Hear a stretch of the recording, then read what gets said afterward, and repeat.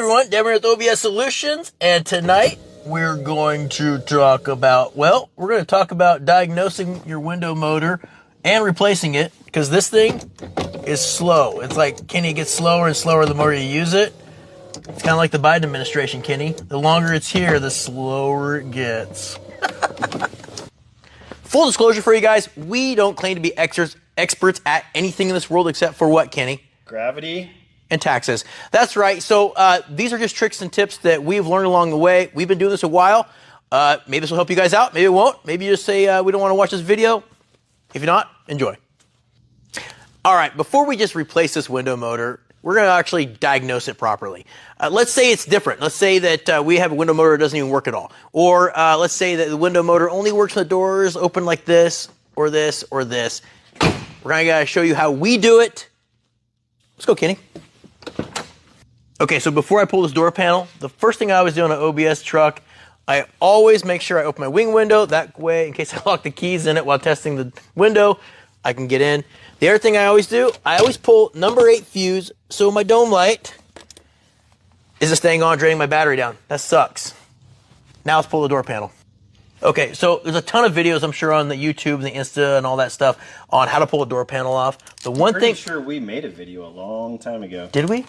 Okay, well, if you did, then if you saw those other videos, well, here you go. The one trick that I always tell Oscar, and I've always done myself, is these door panels can be a pain in the ass when you try to wrestle over obviously, the lock, and you're trying to get these suckers off. I feel it's easier if you just go ahead and take the door handle off now rather than wait to try to wrestle it off and get around the door handle. All you do, a wobbly 8 does the job. You get in there.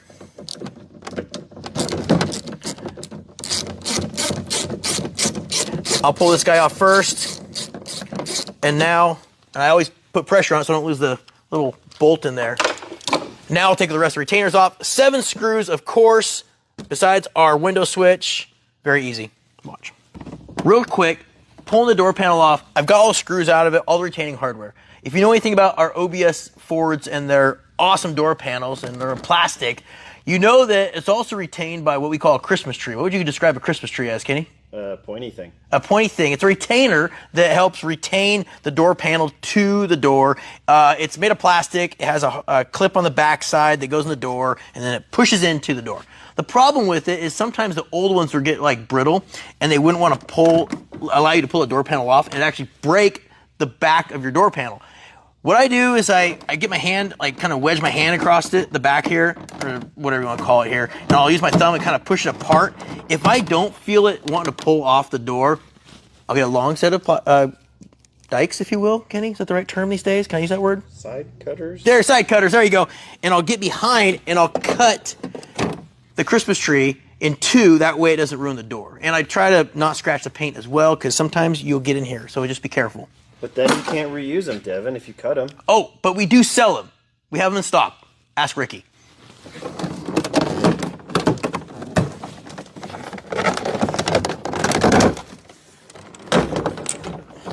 Always sounds like shit.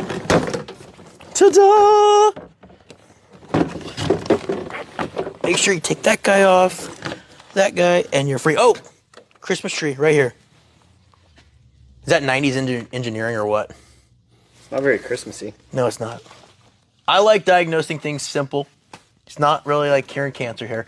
One thing I'll do is I just go right to the connector from the harness to the motor. It's always a good time. Pulling these guys apart. An old school mechanic told me you can tell how good a mechanic you are by if you break this tab off taking it apart, or if you can save that tab, the retainer tab. So that's why I always keep a little pocket screwdriver. Just go, Kenny. All right, just remember, we're testing on the vehicle side, not, where'd it go? The motor side. We don't give 2 squirrel shits about the motor side. We want the harness side that is supplying power to the motor. Now, you can use a voltmeter. It's a good idea. And you can check to make sure that you have a signal, a power and a ground, and that it reverses polarity. That's how window motors work. And you could check, make sure you have that. But at the end of the day, I'm still going to use a light bulb to see if it'll carry the current, the load through that circuit. Because I've had times where, you know, we check powers and grounds, we've got them, we replace the motor, and then the motor still doesn't work. That could be something as simple as a wire that's been compromised, say in this boot or in our boot area that flexes.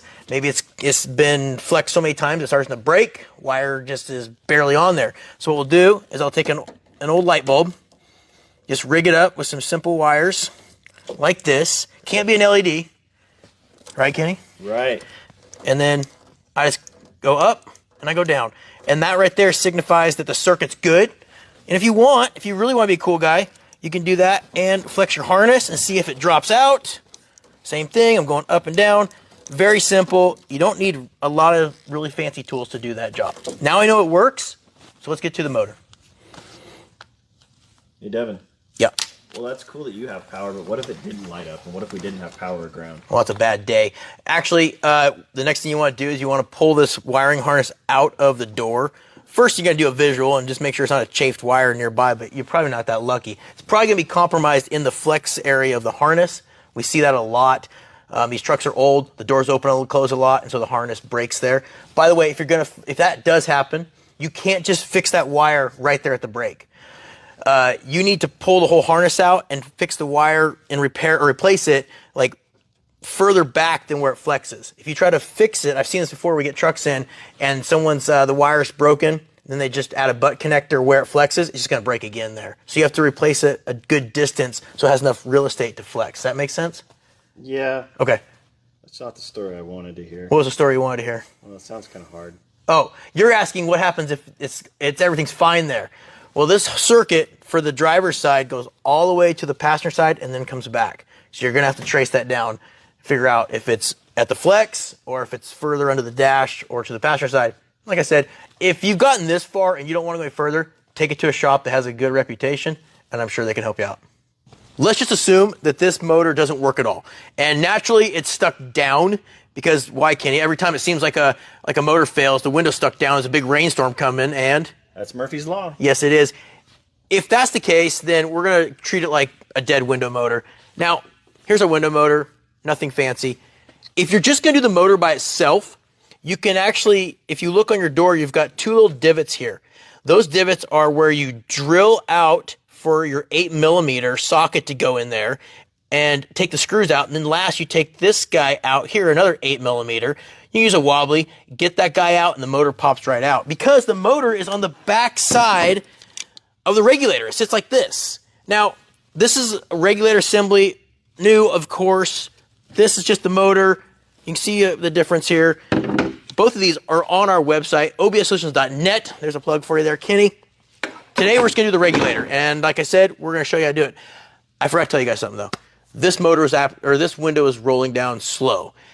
Always double check that your felts aren't getting nasty or that your wing window is adjusted too tight. I've seen that happen before. Your wing window is this retainer here. You have two on top. If this 8mm, you loosen it and you can slide that, I would say wing window track, if you will. You can slide it further away from the window or closer, and you can like snug up the window. And I've seen that where they come in and either the felts are all nasty with mold or moss or whatever it is or dirt. We also have those for sale too. Check them out. What was it? OBS Solutions, what, Kenny? .net. Yeah. So felts are a big deal. And like I said, make sure that wing window is adjusted properly. Regulators are 99% always held in with rivets. Why? I don't know. Unless some hillbillies put just bolts in there to hold them in, they should be riveted. Rivets suck. Like, there's only a couple ways I've found to get rivets off. Either you grind the heads of them off and then they pop through, or you knock the centers out and drill them. Now, I don't want to grind the heads of this thing off and mess up get sparks everywhere inside. So what I always do is I will knock the centers out, like so. Get in there, Kenny.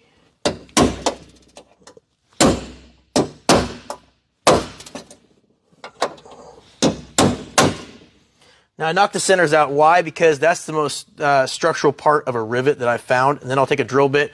I'll drill them out.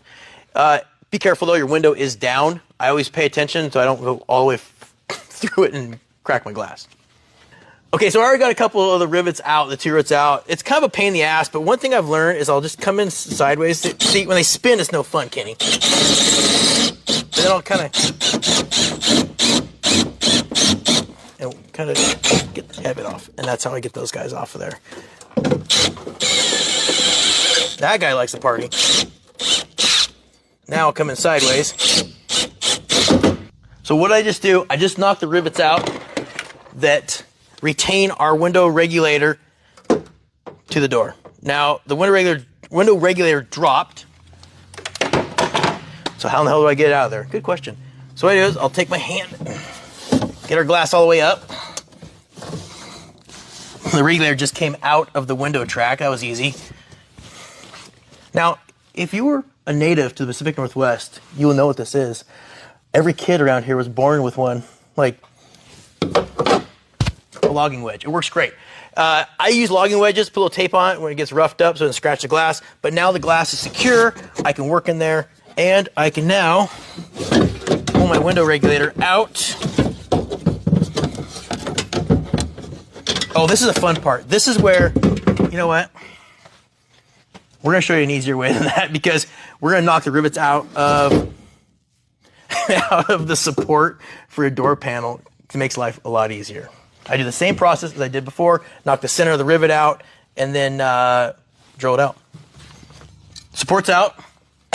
Now we have this area we can work in. This is always a good time.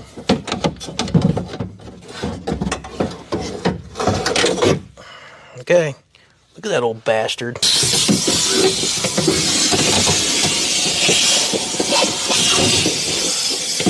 think I found Jimmy Hoffa down there. So many times when we drill these rivets out and they fall down in there, then you put everything back together.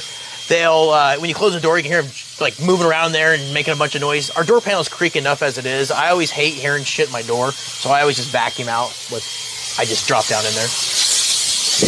I'm gonna try this in one take, mind you. First thing I do, I don't put the regulator on the door and then try to get the glass on it. That sucks. In fact, if you try to do that, you'll need to loosen up this 8mm and move the wing window back. Take those two top screws out. It's a nightmare. Instead, I will put the regulator in the door. First thing, I'll put a little lubrication on said slide. Now, I better back up here, Kenny. This guy right here, can you get in here, slides on the window track that's glued to your window. So that's, it like has to ride in here, okay? So I'll take this said window regulator assembly motor, if you will. This is the, hold on a minute, I went the wrong way. This is the fun part right here. Okay, now try not to scuff that connector wire. Now I will feed this guy in the best I can without cutting the shit out of my hand. Okay, we're in there. Now what I do is I will line up my regulator to the holes in the door. And one trick I've learned, because this regulator was at a different spot than this guy's at. So I'll show you a trick for that too.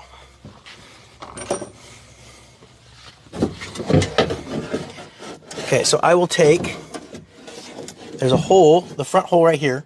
Can you see that, Kenny? Yep.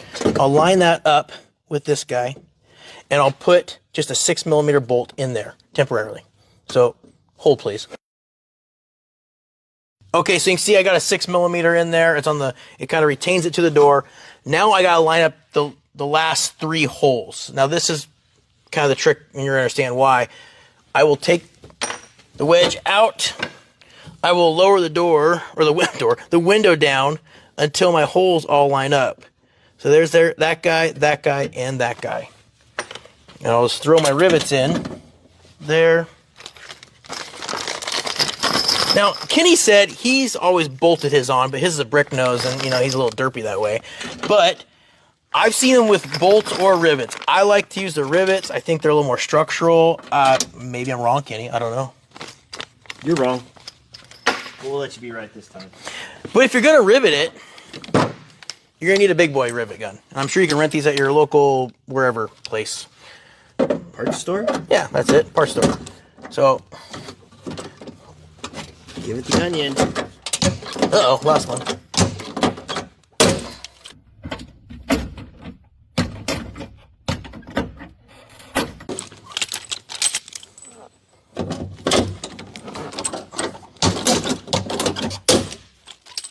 And they'll take that guy out and replace it with a rivet.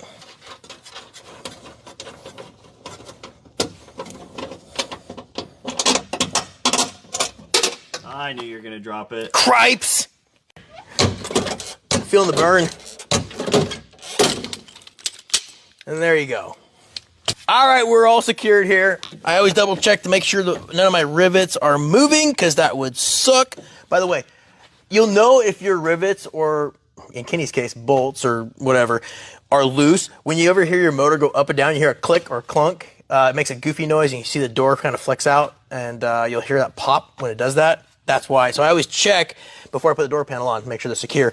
By the way, real quick, I'm going to hook this guy up. Hopefully it works if I did my job right. But before I do that, I always use Devon's tune-up dielectric grease. Now, if you ask yourself, what is this? Well, this helps with connections. I use everything from headlight bulbs to any connector. I always give a little bit of dielectric grease on it. It helps with the connection and helps with corrosion in that connection. So, real quick, a little dab will do you, Kenny. Whoever invented that retainer should be shot. I think that was the devil that did that. That thing sucks. Oh my gosh, it's a window miracle. Sweet.